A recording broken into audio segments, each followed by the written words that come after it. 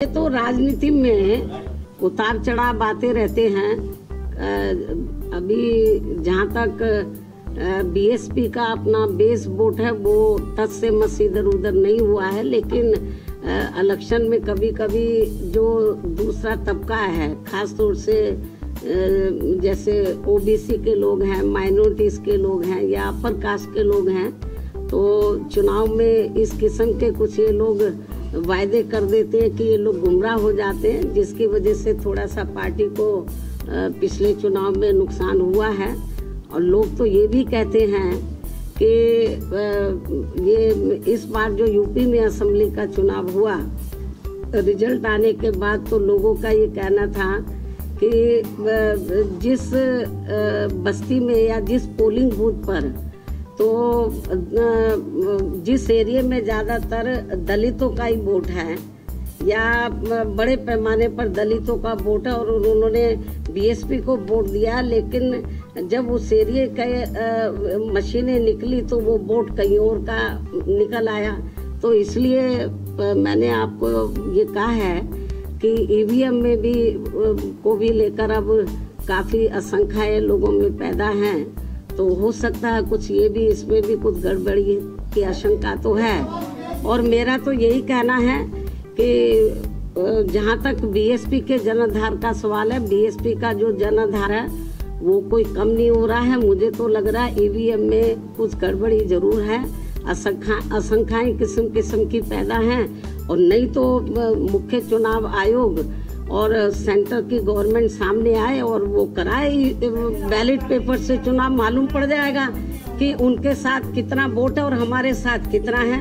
आप लोगों को मैं ये बताना चाह रही हूँ, आप लोग मेरी बात की तरफ थोड़ा ध्यान दें कि जब से बीएसपी बनी है, 14 अप्रैल 1984 को बीएसपी का गठन किया गया था, उसके बाद जब तक चुनाव बैलेट पेपर से होते रहे तो बीएसपी का जो ना तो वोट प्रतिशत कम हुआ है और ना ही बीएसपी का जनाधार हमें कम नजर आया है और हमारी सीटें भी बढ़ी हैं। लेकिन जब से चुनाव बैलेट पेपर के स्थान पर तो मशीन के जरिए जब से हुआ है, तब से हमारा जो वोट प्रतिशत है वो प्रभावित हुआ है और हमारी जो संख्या है वो प्रभावित हुआ है। तो कुछ ना कुछ गड़बड़ तो जरूर है। यदि ऐसा नहीं था तो जब तक चुनाव बैलेट पेपर से होता रहा तो तब तक तो हमारी पार्टी का हमेशा हर चुनाव में ग्राफ बढ़ा है, सीटें भी बढ़ी हैं। लेकिन जब से ईवीएम से चुनाव होना शुरू हुआ तब से ये सब गड़बड़ हो रहा है। अब तो हमारे जनाधार पे भी असर पड़ा है। और लेकिन मुझे तो यही कहना है कि कभी कभी ये जो गड़बड़ जो भी लोग करा रहे हैं, लेकिन हो सकता है कि कभी ये गड़बड़ कराने वाले लोग, इनका सिस्टम ही ना फेल हो जाए। मतलब तो जो जिधर से भी ये लोग करा रहे हैं, तो मेरा तो अपने लोगों को यही कहना है कि आप लोग प्रयास करो, पार्टी के लोग प्रयास करें, लोगों को तैयार करें। आज नहीं तो कल ये जो जहाँ से ये सिस्टम शुरू हुआ, आपको मालूम है कि दुनिया के जिन देशों में पहले बैलेट पेपर से चुनाव होता था, जहां मशीन से शुरू हुआ, तो जब लगा इसमें धांधली हो रही तो वहां खत्म कर दिया, बैलेट पेपर से वहां चुनाव हो रहा है। तो इसलिए मैं आपको ये बताना चाह रही हूँ कि ये मशीनों का कमाल है और कुछ नहीं है। नहीं तो ये लोग ईवीएम की बजाय बैलेट पेपर से कराएं।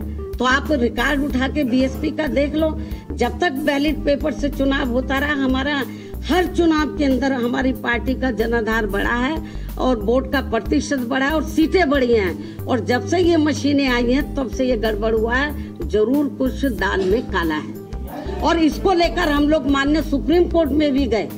ऐसा नहीं है हमारी पार्टी गई, और भी पार्टियां गई मतलब, लेकिन उसके बाद उन्होंने कहा कि हम पर्ची सिस्टम वो भी गड़बड़ है, बोलते 4-5 पर्ची निकाल लेंगे। ऐसा ये ठीक सिस्टम नहीं है।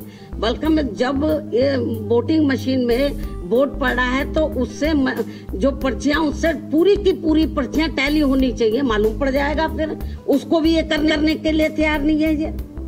तो इसलिए ये जो आपने सवाल पूछा है, ये केवल ईवीएम का कमाल है और कुछ नहीं। और पूछो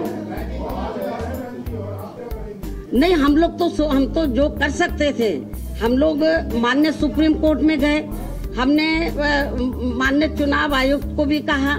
आज फिर हम मीडिया के माध्यम से कह रहे हैं कि आप बैलेट पेपर से चुनाव कराएं। दुनिया के बहुत से ऐसे देश हैं जहां पर ये सब गड़बड़ हो रहा था, वो फिर से बैलेट पेपर पर आ गए।